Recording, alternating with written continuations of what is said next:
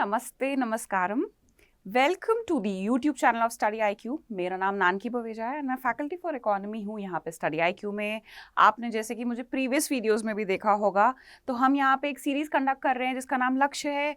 और मुझे I think बार बार इस चीज़ को इंट्रोड्यूस करने की ज़रूरत नहीं है कि लक्ष्य के माध्यम से हम क्या कर रहे हैं। लास्ट 12-15 महीने के करंट अफेयर्स जो हैं उसको कवर अप करने की कोशिश कर रहे हैं, क्योंकि प्रीलिम्स जो हैं बस वो आने वाले हैं और प्रीलिम्स के लिए बहुत ज़्यादा इम्पॉर्टेंट होता है करंट अफेयर्स को कवर करना, करंट अफेयर्स को स्टैटिक से लिंक करके पढ़ना बहुत बहुत बहुत ज़्यादा इम्पॉर्टेंट होता है।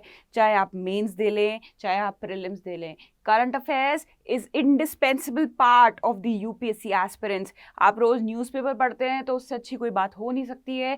नहीं पढ़ते हैं और अगर लग रहा है कि हमारे को अभी भी ज़रूरत है गाइडेंस की, कुछ मिस आउट ना हो जाए, तो डेफिनेटली आप बिल्कुल सही जगह पहुँचे हैं। लक्ष्य जो है हमारा वो ये है कि इस बार का प्रीलिम्स आप सबका निकल जाए। सो आज जो हम टॉपिक कवर करने वाले हैं ना, उसको स्टार्ट करने से पहले मैं छोटा सा एक या कुछ टाइम का एक मुफ्त का ज्ञान देना चाहूँगी आप सबको। तो वो मुफ्त का ज्ञान क्या है स्टूडेंट्स?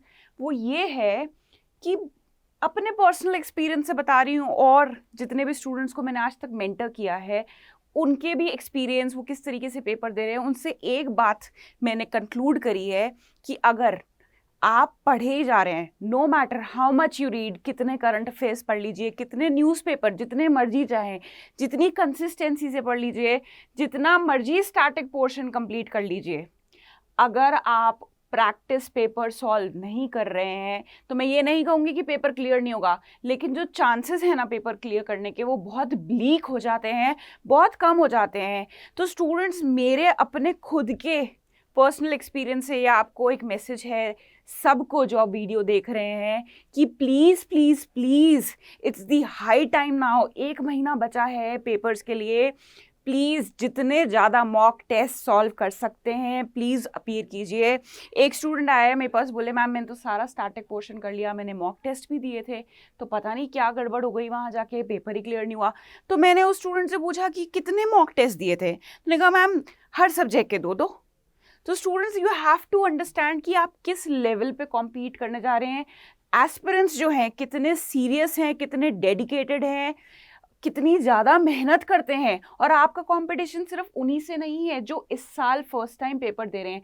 आपका कंपटीशन इनफैक्ट उन लोगों से भी हैं जो ऑलरेडी सर्विसेज में हैं, but they are aspiring for other cadre और अदर सर्विसेज। तो आप समझ रहे हैं कि लेवल ऑफ कंपटीशन क्या है, किससे आप कॉम्पीट करने जा रहे हैं। ये बिल्कुल सही बात कही जाती है कि आपका कंपटीशन किसी और से नहीं बल्कि खुद से है, बट नहीं, वहाँ पे जब मार्क्स निकलते हैं, फाइनल कट ऑफ लिस्ट निकलती है, तब आपका कंपटीशन खुद से नहीं होता है। आपका कंपटीशन उन लाखों बच्चों से होता है जो आपके साथ बैठ के उस टाइम प्रीलिम्स दे रहे होते हैं। और उनको पीछे छोड़ने का एक ही तरीका है कि कम से कम एग्ज़ाम में जाने से पहले, फाइनल पेपर में अपीयर होने से पहले 40 से 50 mock test, yes I am not kidding, 40 से 50 मॉक टेस्ट देना बहुत बहुत बहुत ज़्यादा ज़रूरी है।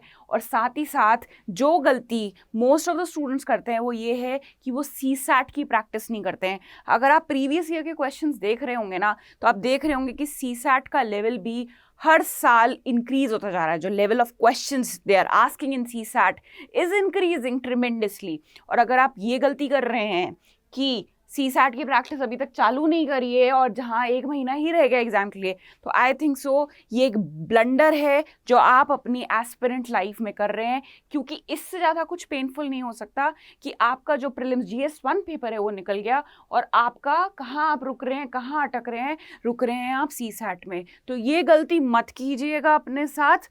रिक्वेस्ट समझ लीजिए, एक एडवाइस समझ लीजिए, जैसे भी इसको लेना है, इस मुफ्त के ज्ञान को, वो आप पे है। But please please please come in action, start solving the मॉक्स, start targeting the CSAT also. Now coming back from the मुफ्त ज्ञान टू द लक्ष्य सीरीज, तो आज जो हम टॉपिक कवर करने वाले हैं इन कंटिन्यूशन है वो fiscal policy and government finances का। पिछले वीडियो में भी हमने गवर्नमेंट फाइनेंसेस की बात करी थी। तो गवर्नमेंट फाइनेंसेस क्या होते हैं कि किस तरीके से जो गवर्नमेंट है वो अपने रेवेन्यू और एक्सपेंडिचर को प्लान करती है। इससे रिलेटेड जितने भी करंट अफेयर्स में या न्यूज़ में इंपॉर्टेंट आर्टिकल्स थे हमने कवर किए। आज भी हम वही कंटिन्यू करने वाले हैं, उसी टॉपिक को कवर करने वाले हैं। कंटिन्यू करते हुए चलते हैं सबसे पहले टॉपिक पे, न्यूज़ पे। तो ये एक वर्ड है, टर्म है बारबेल स्ट्रैटेजी। एक टर्म है बारबेल स्ट्रैटेजी जो इस बार के इकोनॉमिक सर्वे से काफ़ी लाइमलाइट में आई थी, काफ़ी हेडलाइंस में आई थी। काफ़ी सारे वीडियोस मिल जाएंगे आपको इस शब्द पे। सो किस प्रकार के क्वेश्चन, सबसे पहली बात तो हमें क्यों ये टर्म्स को करने की ज़रूरत है। क्या जितने भी इंपॉर्टेंट टर्म्स होते हैं पूरे साल में कोई अतरंगी से टर्म उनको कवर करने की ज़रूरत है? जी नहीं, कुछ जो रिलेटिव इंपॉर्टेंस रखते हैं। और ये कैसे डिसाइड होगा? तो यहाँ पे हम है ना डिसाइड करने के लिए आपके लिए कि कौन से टर्म्स को पढ़ना है और कौन से टर्म्स को छोड़ना है एंड टाइम पे आके। तो ये बारबेल स्ट्रैटेजी एक ऐसा टर्म है जो हमें कवर करना ही करना है। इस बार के इकोनॉमिक सर्वे से इसने मोमेंटम गेन किया, जबकि ये बारबेल स्ट्रैटेजी पिछले साल का जो इकोनॉमिक सर्वे था, जो 2020 का इकोनॉमिक सर्वे था, उसमें भी ये टर्म मेंशन था। तो टर्म्स एंड कॉन्सेप्ट्स पढ़ने की क्यों ज़रूरत है हमें? क्योंकि पहले क्या होता था फ्रेंड्स, सिर्फ साइंस एंड टेक का एक ऐसा पेपर होता था जिसमें से मतलब जो सिलेबस है उसमें से टर्म्स पूछ लेते थे वो लोग। बट अगर आप देखेंगे पिछले कुछ साल के पेपर उठा के इकोनॉमी के भी, तो वहाँ पे भी कोई ना कोई टर्म पूछ लेते हैं और उसकी गहराई में नहीं, उसको बस पूछ लेंगे कि ये जो टर्म है ये किस चीज़ से रिलेटेड है। जैसे कि 2015 का शायद क्वेश्चन था, base erosion and profit shifting क्या है या किस चीज़ से रिलेटेड है। फिर एक बार कोर बैंकिंग सोल्यूशन क्या होता है। एक बार के पेपर में ये था कि वेस्ट टेक्सास इंटरमीडिएट क्या है, तो किस चीज़ से रिलेटेड है आपको पता होना चाहिए। बहुत डेप्थ में नहीं जाएंगे, बट एक ऊपरी नज़र से, ऊपरी तरीके से आपको ये चीज़ पता होनी चाहिए। तो स्टार्ट करते हैं बारबेल स्ट्रैटेजी से।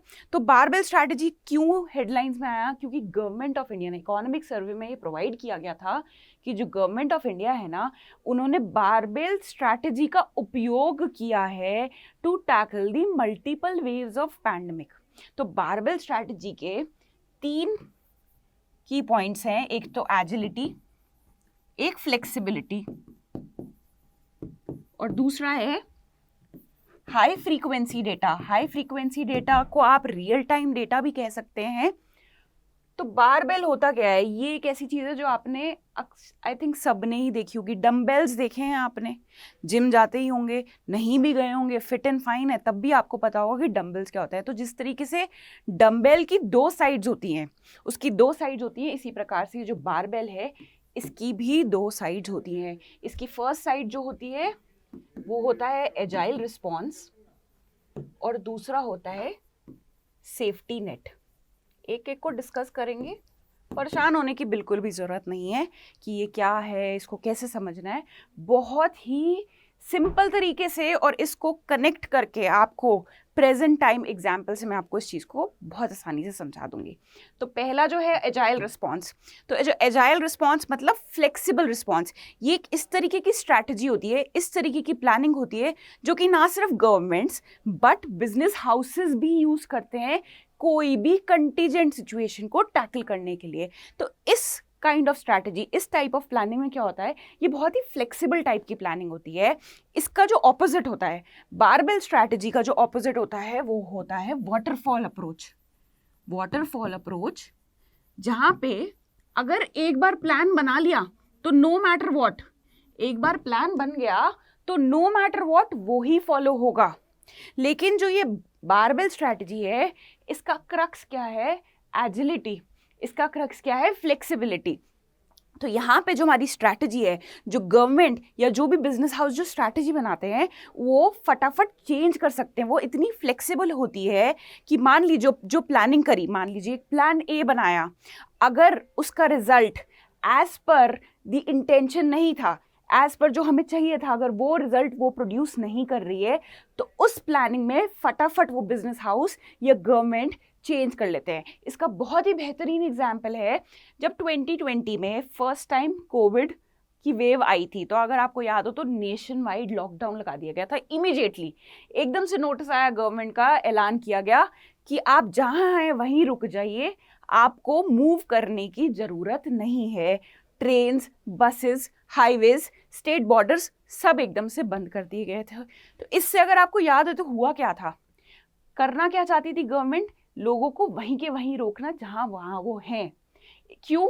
ताकि कोविड स्प्रेड ना हो, लोग बाहर ना जाएं, वहीं रुक जाएं, ताकि ना वो आपस में एक दूसरे से मिले और कोविड का जो स्प्रेड है वो रोका जा सके। लेकिन इसका हुआ क्या? इसका हुआ एकदम ऑपोजिट, इसका हुआ एकदम विपरीत। और वो क्या था कि लोगों ने झुंड बना बना के एक स्टेट से दूसरे, स्पेशली जो लेबरर्स थे जो दूसरे सिटी में, स्टेट में काम कर रहे थे, वो कहाँ जाने लग गए? They started moving back to their villages, अपने गांव जाने लग गए। झुंड के झुंड बना के रोड पे लोग देखे जाते थे उस टाइम। अगर आपको न्यूज़ याद हो तो किस तरीके से मास माइग्रेशन हुआ, रिवर्स माइग्रेशन हुआ बैक टू दी विलेजेस। तो गवर्नमेंट ने प्लान क्या किया था कि लोगों को वहीं के वहीं रोकना, ये प्लान था। ऑब्जेक्टिव क्या था कि इससे कोविड स्प्रेड को रोका जा सके। लेकिन वहां पे हुआ क्या? रिस्पॉन्स क्या आया? रिस्पॉन्स ये आया कि रोकने के बाद, रोक लगाने के बाद, बल्कि लोगों में डर बैठ गया और वो ज़्यादा से ज़्यादा वहां से जाने लगे। मूवमेंट लोगों का बढ़ गया। ठीक है, तो अगर आपने देखा होगा तो फटाफट गवर्नमेंट ने स्ट्रैटेजी को चेंज किया। जो कोविड की सेकेंड वेव थी, और इनफैक्ट जो ओमिक्रॉन जो वेरिएंट आया था अभी जनवरी 2022 में, क्या उस टाइम नेशन वाइड लॉकडाउन्स लगे? क्या उस टाइम रिस्ट्रिक्शंस लगे मोबिलिटी पे? डेफिनेटली मोबिलिटी पे रिस्ट्रिक्शंस लगे, बट कंप्लीट रिस्ट्रिक्शंस कि आप मूव ही नहीं कर सकते, आप जा ही नहीं सकते ना, मतलब ट्रांसपोर्टेशन की फैसिलिटीज़, इन पे कहीं पे भी रोक नहीं लगाई गई। लिमिटेशन लगाई गई 50% की, और इंस्ट्रक्शंस दिए गए कि आपको मास्क पहन के जाना है या वो कवर्स पहन के जाने हैं, लेकिन कंप्लीट रिस्ट्रिक्शन, कंप्लीट लॉकडाउन नहीं लगाया गया फर्स्ट टाइम के तरीके से जो 2020 में हुआ था। तो ये जो तरीके की प्लानिंग होती है ये फ्लेक्सिबल है। हमने देखा कि हमारा जो रिजल्ट जनरेट हो रहा है प्लानिंग से, वो एज पर द ऑब्जेक्टिव नहीं है। तो उसी टाइम गवर्नमेंट या बिजनेस हाउस अपनी प्लानिंग चेंज करते हैं और मूव ऑन करते हैं। और ये बिल्कुल विपरीत है, बिल्कुल ऑपोजिट है, जो कि मैंने आपको बताया था वाटरफॉल अप्रोच से, जहाँ पे नो मैटर व्हाट क्या रिजल्ट जनरेट हो रहा है, प्लानिंग कर दी गई है तो उसी तरीके से काम एग्जीक्यूट होगा। तो ये तो हो गया एजाइल रिस्पॉन्स। इसका जो दूसरा पिलर है वो है सेफ्टी नेट्स। तो सेफ्टी नेट्स क्या होते हैं? ये एक तरीके के कुशन होते हैं। सेफ्टी नेट्स अगर आपने देखे हों, जब कोई बिल्डिंग बन रही होती है तो वहाँ पे नेट्स लगा दिए जाते हैं, क्योंकि क्या होता है, लेबर जो होती है बहुत ही ऊंची सतह पे जाके वहाँ पे वो काम कर रही होती है। वो कहीं गिर गई तो उनको नुकसान ना होए, चोट ना पहुंचे, तो वहाँ पे वो नेट्स बांध दिए जाते हैं। तो गिरे तो वो उसमें गिरे और उनकी जो लाइफ है उसको रिस्क कम करने के लिए। तो काइंड ऑफ कुशन हो गया, काइंड ऑफ सेफ्टी नेट हो गया। समझे आप? तो सेफ्टी नेट्स गवर्नमेंट ने किस तरीके से क्रिएट किए थे और क्यों क्रिएट करने पड़ते हैं कि गॉड फॉरबिड जो उन्होंने प्लानिंग करी है गवर्नमेंट ने, वो अगर गलत प्रूव हुई तो जो वल्नरेबल सेक्शन है हमारी सोसाइटी का, जो सेंसिटिव सेक्शन है, जो ऑलरेडी वीकर सेक्शन है, पुअर, जो पिछड़े हुए लोग हैं, उनको इसका खामियाजा नुकसान ना भुगतना पड़े। इसके लिए सेफ्टी नेट्स या आप कह लीजिए कुशन क्रिएट करे गए थे। और इस बार जब गवर्नमेंट ने बारबेल स्ट्रैटेजी को फॉलो किया था तो उन्होंने किस प्रकार के सेफ्टी नेट्स इम्प्लीमेंट किए थे? वो सेफ्टी नेट्स थे in the form of providing free food grains हो गए, फ्री गैस सिलेंडर्स हो गए उज्ज्वला स्कीम के अंदर, जनधन योजना के अंतर्गत 500 रुपये 3 बार जनधन बेनिफिशरीज के अकाउंट में डाले गए। और ये सब क्यों किया गया कि इन केस अगर प्लानिंग सही तरीके से एग्जीक्यूट नहीं होती है, प्लान्स गलत प्रूव हो जाते हैं, तो जो वल्नरेबल सेक्शन है वो इंटैक्ट रहे, वो सेफ रहे। तो ये था हमारी बारबेल स्ट्रैटेजी।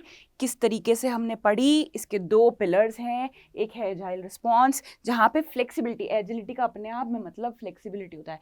तो flexible planning plus safety nets, मतलब एक कुशन क्रिएट कर देना to protect the vulnerable section of the society. तो ये हो गया हमारा बारबेल स्ट्रैटेजी। चलते हैं हमारी नेक्स्ट इम्पॉर्टेंट आर्टिकल पे है, जो कि शेप्स ऑफ रिकवरी है। तो शेप्स ऑफ रिकवरी के बारे में हम जब बात करते हैं तो हम किसकी रिकवरी, हमारी आर्थिक व्यवस्था, हमारी इकोनॉमी की रिकवरी की बात कर रहे हैं हम यहाँ पे। दो ये जो टॉपिक है ये है तो ज़्यादा मेंस पॉइंट ऑफ व्यू से इम्पॉर्टेंट। इनफैक्ट 2021 का पेपर अगर आपने देखा होगा GS3 का, तो उसमें वी शेप रिकवरी के ऊपर क्वेश्चन भी बना हुआ था। और वो वी शेप रिकवरी अचानक UPSC एग्जामिनर्स के दिमाग में कहाँ से आया होगा? अगर आपने पिछले साल का इकोनॉमिक सर्वे पढ़ा होगा, उसका पेज कवर देखा होगा, तो वहाँ पे वी शेप दी गई थी रिकवरी की।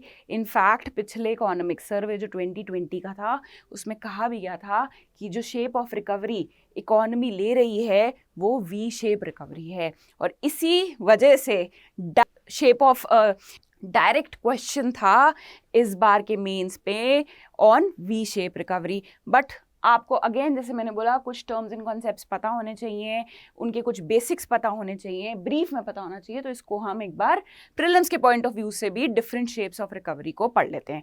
तो सबसे पहली जो हमारी शेप ऑफ रिकवरी है वो है यू शेप्ड रिकवरी। तो ये हो गया 0, ठीक है, ये हो गया 0। तो अब आप देख लेंगे इकोनॉमी चल रही है और एकदम से रिसेशन में आ जाती है। तो जब ये हो गया रिसेशन, और ये पर्टिकुलर शेप में क्या होता है कि जो रिसेशन का पीरियड है आप देख रहे होंगे लंबा खिंच रहा है, और धीरे धीरे करके ही जो इकोनॉमी है वो रिकवर करती है। ये बिल्कुल ऑपोजिट होता है वी शेप रिकवरी के।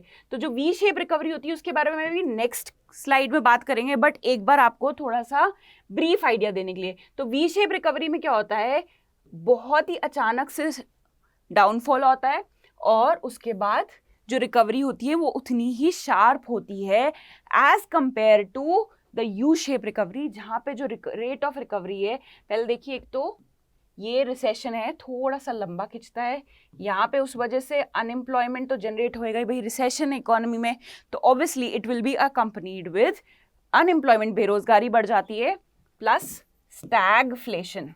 अब स्टैगफ्लेशन क्या होता है, एग्जाम से 1 महीने पहले अगर आप ये एक्सपेक्ट कर रहे हैं कि मैं आपको समझाऊंगी यहाँ पे, तो नहीं, स्पून फीडिंग नहीं होने वाली, मेहनत आपको करनी पड़ेगी। ये जस्ट रिवीजन है कि आपके दिमाग में फटाफट रिवाइज हो जाए कॉन्सेप्ट्स कि क्या इंपॉर्टेंट है। बट अगर आप एक्सपेक्ट कर रहे हैं और अभी तक आप इस चीज़ में कंफ्यूज हैं कि स्टैगफ्लेशन क्या है, तो my dear friends, right time है, घर जाइए, स्टैटिक पोर्शन को फिर से रिवाइज करिए कि कहीं किसी 1 या 2 नंबर से आप वहाँ पे चूक ना जाएं।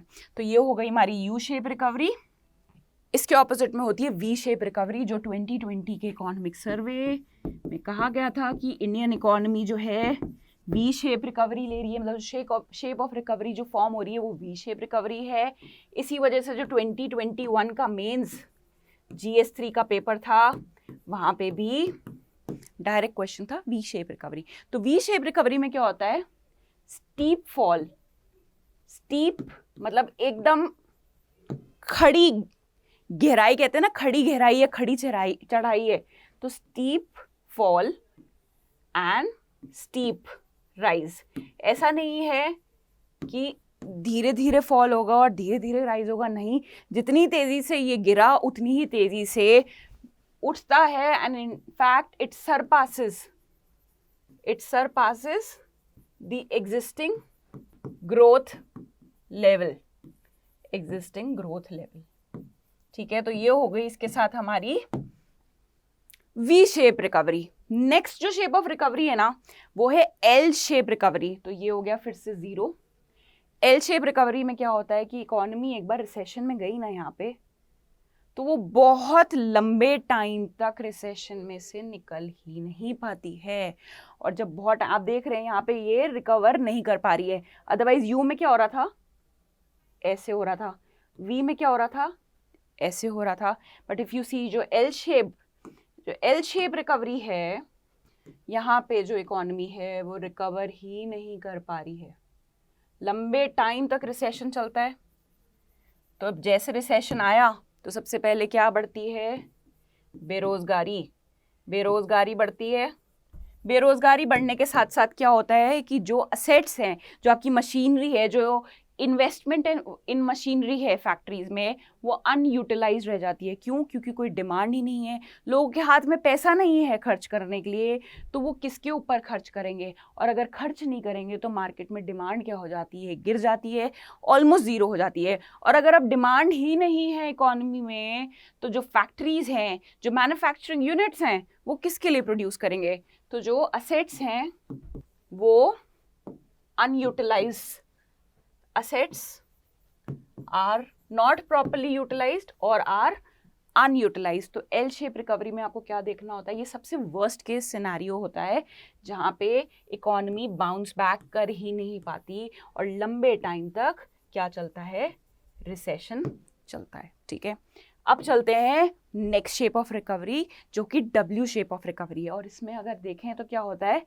इकोनॉमी फॉल हुई, राइज हुई, राइज हो ही रही होती है कि बीच में ये फिर से फॉल कर जाती है और फिर से राइज करती है। ऐसा नहीं है कि वो राइज नहीं करेगी, बट इसमें ये होता है कि राइज कर रही होती है, सबको लग रहा होता है कि अब ये फिर से वापस लेवल पे आ जाएगी, back to the previous growth level आ जाएगी, लेकिन नहीं आ पाती, फिर से नीचे गिर जाती है और फिर बढ़ती है। और ये जो फॉल है, ये क्या डिनोट, जो फिर से वापस फॉल आता है यहाँ पे, ये क्या डिनोट करता है कि देयर आर वीक फंडामेंटल्स, मतलब गवर्नमेंट को अपने फंडामेंटल्स ठीक करने की ज़रूरत है, पॉलिसी को रिकंसिडर करने की ज़रूरत है कि भाई ऐसा क्या हो गया कि ग्रोथ वापस स्टार्ट हुई थी, लेकिन कुछ रीजंस की वजह से कोई सपोर्ट मैकेनिज्म जो कि होना चाहिए था गवर्नमेंट द्वारा वहाँ पे, वो इंडस्ट्री को नहीं मिला, वो इकोनॉमी को नहीं मिला, इसलिए वो फिर से स्लाइड कर गई। So weak fundamentals is one of the reasons कि economy W shape of recovery लेती है। और लास्ट जो शेप ऑफ रिकवरी हमको पढ़नी है वो है के शेप ऑफ रिकवरी। अब ये जो के शेप ऑफ रिकवरी है, इस पर थोड़ा सा आप ज़्यादा ध्यान दीजिएगा। वो इसलिए क्योंकि इस बार ये अटकलें लगाई जा रही थी। इनफैक्ट जो हमारे इकोनॉमिस्ट्स भी हैं वो कंफ्यूज थे, वो डायलेमा में थे। It is not that confuse, but हम कहेंगे डायलेमा में थे कि जो अभी शेप अप जो रिकवरी ले रही है इंडियन इकोनॉमी, क्या वो still it is V shaped और या इट इज़ मूविंग टुवर्ड्स के शेप ऑफ रिकवरी। तो के शेप ऑफ रिकवरी क्या होती है? जब इकोनॉमी रिकवर कर रही है, इकोनॉमी में रिसेशन आया, ठीक है, जब रिकवर कर रही है इकोनॉमी, तो इसमें जितने भी सेक्टर्स ऑफ इकोनॉमी होते हैं, जितने भी सेक्टर्स ऑफ इकोनॉमी होते हैं, वो इक्वल रेट से ग्रो नहीं करते हैं, इक्वल रेट से ग्रो नहीं करते हैं। अगर आपको पता होगा during the pandemic time agriculture एक ऐसा सेक्टर था, अगर आप इकोनॉमिक सर्वे पढ़ते हैं, पहली बात तो नहीं पढ़ते हैं तो वीडियो ध्यान से सुनिए। अगर हाँ जी, तो एग्रीकल्चर जो एक ऐसा सेक्टर है जो कि वर्स्ट हिट था पैंडेमिक का, उस पर लीस्ट अफेक्ट पड़ा। और सबसे ज़्यादा कौन से सेक्टर पे पड़ा? कौन से सेक्टर पे पड़ा? वो था सर्विस सेक्टर, एंड वो वाला पर्टिकुलरली जहाँ पे एलिमेंट ऑफ ह्यूमन कॉन्टैक्ट ज़्यादा है। For example tourism, travel, cinema halls, gyms, यहाँ पे क्या है? यहाँ पे एलिमेंट ऑफ ह्यूमन कॉन्टैक्ट ज़्यादा है, तो ऐसी सर्विस इन टोटल ही बहुत ज़्यादा अफेक्टेड थी। In fact the worst affected of all 3 sectors. कौन से 3 सेक्टर्स होते हैं? इनफैक्ट अब तो 4th सेक्टर भी ऐड हो गया है इकोनॉमी में, बट जो 3 सेक्टर्स होते हैं, एग्रीकल्चर, इंडस्ट्री और you can say agriculture, manufacturing and service sector. तो वर्स्ट हिट था सर्विस सेक्टर, लीस्ट हिट था एग्रीकल्चर सेक्टर। अब इनके ग्रोथ की भी अगर बात करें तो जिस स्पीड से वापस रिकोप कर रहे हैं, ये ग्रो कर रहे हैं, वो रेट ऑफ ग्रोथ सिमिलर नहीं है, इसलिए जो शेप ऑफ रिकवरी बनती है वो के शेप बनता है। मतलब कुछ सेक्टर्स तो देखिए ग्रो कर रहे हैं, लेकिन कुछ की हालत अभी भी खराब है। तो ऐसी शेप ऑफ रिकवरी जब इकोनॉमी लेती है तो उससे वो क्या चीज़ डिनोट करती है, उससे क्या अफेक्ट होता है सोसाइटी पे? वो अफेक्ट ये होता है कि जो इनइक्वालिटी है, ये जो के शेप के बीच में जो डिस्टेंस है ना, ये क्या है? ये inequalities, disparities between the society increases. एक सेक्टर बहुत ज़्यादा बढ़ रहा है, एक सेक्टर अभी भी या तो बढ़ नहीं रहा है या बहुत ही धीमी गति से बढ़ रहा है। इस वजह से जो रिच है, वही वाली बात है, rich is getting more richer, poor is getting more poorer. तो वो वाली स्टोरी हो जाती है के शेप रिकवरी में। और ये डिबेट अभी तक चल रही है कि जो इंडियन इकोनॉमी जिस तरीके से रिकवर कर रही है, क्या वो के शेप रिकवरी फॉर्म कर रही है। अगर आप कहें या अगर आपके दिमाग में क्वेश्चन आ रहा है कि इस बार के इकोनॉमिक सर्वे में क्या लिखा है कि Indian economy is taking what shape of recovery, so my dear friends you should know this कि इस बार के इकोनॉमिक सर्वे ने explicitly they have refrained themselves from commenting upon as to which shape of recovery Indian economy is taking. Economic survey जो इस बार publish हुआ उसमें explicitly कुछ भी मेंशन नहीं है कि इंडियन इकोनॉमी क्या शेप ले रहा है रिकवर करते हुए। तो विद दिस हमारी शेप्स ऑफ रिकवरी हो गई। Moving on to the last news for the day, बहुत ज़्यादा इम्पॉर्टेंट है, national multi dimensional poverty index. पहले समझ लेते हैं किस प्रकार के क्वेश्चन आते हैं पावर्टी सेक्शन में से। यूजुअली जो क्वेश्चन आते हैं वो आते हैं कंसेप्चुअल नॉलेज चेक करते हैं ये लोग कि गवर्नमेंट अगर ये XYZ स्टेप लेगी तो उसका पावर्टी पे क्या इफेक्ट होगा, या पावर्टी बढ़ रही है तो उसके पीछे क्या फॉलोइंग रीजंस हो सकते हैं। तो यहाँ पे आपकी अप्लाइड नॉलेज, यहाँ आपके कॉन्सेप्ट चेक होते हैं रादर देन स्टैटिक पोर्शन में से कोई डायरेक्ट क्वेश्चन उठ के आ जाए। तो अब आपको समझ गए होंगे कि किस तरीके से इस टॉपिक को अप्रोच करना है। यहाँ पे कॉन्सेप्ट्स का घोड़ा ज़्यादा दौड़ाना है रादर देन स्टैटिक पोर्शन का। तो अब ये जब न्यूज़ हम देख रहे हैं तो हमें दो चीज़ों पे यहाँ फोकस करना है। अभी तक हम क्या पढ़ रहे थे? अभी तक हम पढ़ रहे थे global multi dimensional poverty index. अब हम क्या पढ़ रहे हैं? नेशनल, मतलब हमारे इंडिया ने, हमारी इंडिया की जो सरकार है, the government of India has first time released its own national multi dimensional poverty index. अब ये मल्टी डायमेंशनल पावर्टी क्या होती है? अभी तक तो पावर्टी पता था। तो पावर्टी क्या होता है? It is basically deprivation from basic facilities, जैसे कि आपके पास खाना नहीं है, आपके पास इतना पैसा नहीं है कि आप सस्टेन कर सके अपना लाइवलीहुड, ठीक है। लेकिन ये मल्टी डायमेंशनल पावर्टी क्या होती है? मल्टी डायमेंशनल पावर्टी ये होती है when you are deprived from various facilities और various needs that the human need for its existence. मतलब आपके पास पोर्टेबल ड्रिंकिंग वाटर नहीं है, आपके पास एक्सेस टू एजुकेशन नहीं है, एक्सेस टू पॉलिटिकल राइट्स नहीं है, एक्सेस टू हेल्थ फैसिलिटीज़ नहीं, access to affordable health facilities नहीं है। आपके पास हॉस्पिटल है, आपके एरिया में भी है, लेकिन वो इतना महंगा है कि आप अफोर्ड नहीं कर सकते। तो क्या ये पावर्टी कहलाई जाएगी? 100% ये पावर्टी कहलाई जाएगी, क्योंकि जो हेल्थ फैसिलिटीज़ है उनका होना अपने आप में सफिशिएंट नहीं है, उनका अफोर्डेबल रेट पे अवेलेबल होना बहुत ज़रूरी है एक आम आदमी के लिए। तो जब हम वेरियस फेसेट्स, वेरियस डायमेंशंस पे डिप्राइव्ड है अपनी लाइफ पे, तो दैट इज़ वेयर और that is what is multi dimensional poverty. तो अब ब्रेकिंग न्यूज़ क्या थी कि इस बार नीति आयोग ने in consultation with 12 other ministries and जो global multi dimensional poverty index publish करते हैं दो ऑर्गेनाइजेशन, वो दो ऑर्गेनाइजेशंस कौन है? UNDP and OPHI। उनके साथ मिलके क्या पब्लिश किया? हमारे देश के लिए नेशनल MPI। तो आप मान लीजिए ये कस्टमाइज वर्जन, सरल भाषा में अगर हम बात करें तो ये जो ग्लोबल MPI है उसका इंडियन वर्जन या उसका एक थोड़ा सा कस्टमाइज या टेलर मेड वर्जन है, जो क्या ध्यान रखना है? नीति आयोग द्वारा फर्स्ट टाइम पब्लिश है। This is the first time NITI Aayog has undertaken such a practice. अब ध्यान देने वाली बात क्या है कि ये भाई फर्स्ट अटेम्प्ट है। इसमें कितने डायमेंशंस है? 3 डायमेंशंस हैं एंड 12 इंडिकेटर। हर एक डायमेंशन में 4 सब डायमेंशंस या इंडिकेटर्स कह लीजिए वो है। तो 3 डायमेंशंस एंड 12 इंडिकेटर्स। और वो 3 डायमेंशंस क्या है? याद, ये टिप्स पे रखने एग्जाम पॉइंट ऑफ व्यू से, health, education and standard of living.